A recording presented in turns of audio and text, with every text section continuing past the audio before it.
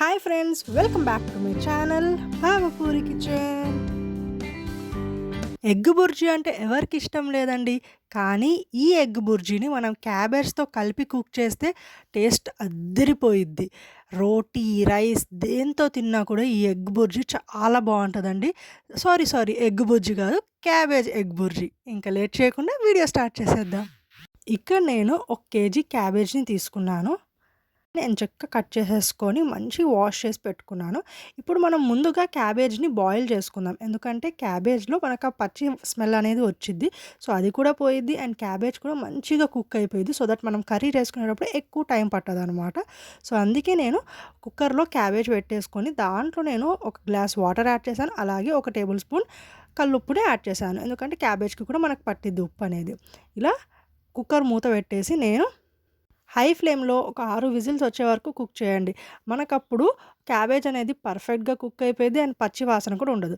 ఆ 6 విజిల్స్ తర్వాత మనం ఒక జల్లెడ బుట్టలోకి వేసుకుందాము. సో దట్ ఏమైనా వాటర్ ఉంటే అది కూడా పోయిద్ది. అండ్ ఇక్కడ నేను నెక్స్ట్ పాన్ పెట్టేసుకొని దాంట్లో 3 టేబుల్ స్పూన్ ఆయిల్ యాడ్ చేసుకున్నాను. ఆయిల్ హీట్ అవ్వగానే దాంట్లో 1 టీ స్పూన్ జీలకర్ర, 1 టీ స్పూన్ ఆవాలు యాడ్ చేశాను. అవి కాస్త చిట్లిన తర్వాత ఒక మీడియం సైజ్ ఉల్లిపాయ అండ్ ఒక పచ్చిమిరపకాయని కట్ చేసుకొని వేసుకున్నానండి. అలాగే ఒక గుప్పెడంతా కరివేపాకుని కూడా యాడ్ చేసుకోండి.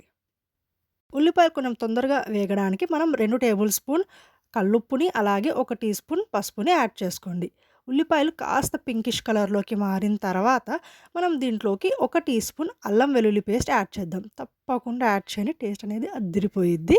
అల్లం వెల్లుల్లి పేస్ట్ పచ్చి వాసన పోయే వరకు మంచిగా మూత పెట్టుకొని ఒక్క 2 మినిట్స్ ఉంచండి. 2 మినిట్స్ తర్వాత చూడండి అల్లం వెల్లుల్లి పేస్ట్ పచ్చి వాసన కూడా పోయింది. మంచిగా ఫ్రై అయింది.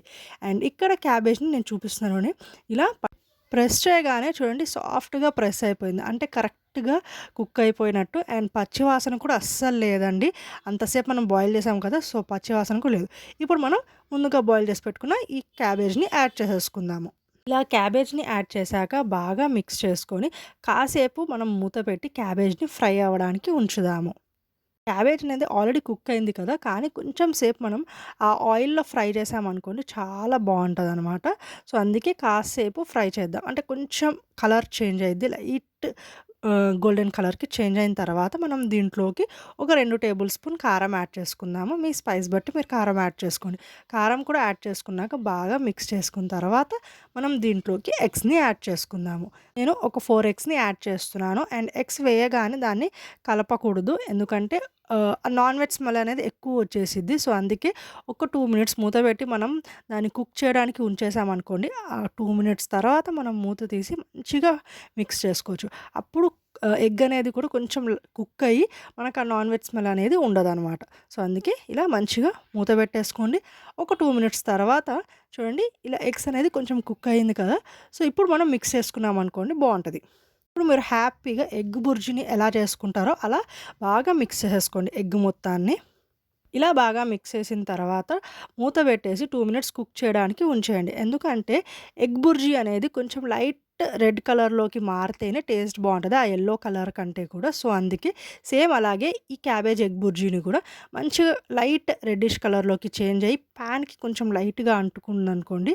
అప్పుడే టేస్ట్ అనేది బావుంటది. అండ్ లాస్ట్‌లో కొత్తిమీరతో గార్నిష్ చేసేసుకోండి. అంతేనండి. ఎంతో టేస్టీగా ఉండే ఈ క్యాబేజ్ ఎగ్ బుర్జీ మీ అందరితో షేర్ చేసేసాను. మీ అందరికి కూడా నచ్చిందని కోరుకుంటున్నాను. మరి ఎప్పుడు లాస్ట్‌లో చెప్పినట్టే please like, share and subscribe to my channel. And మీకు నచ్చితే తప్పకుండా కామెంట్ చేయండి. మరొక మంచి వీడియోతో మళ్ళీ వచ్చేస్తాను. అప్పటి వరకు టాటా బాయ్.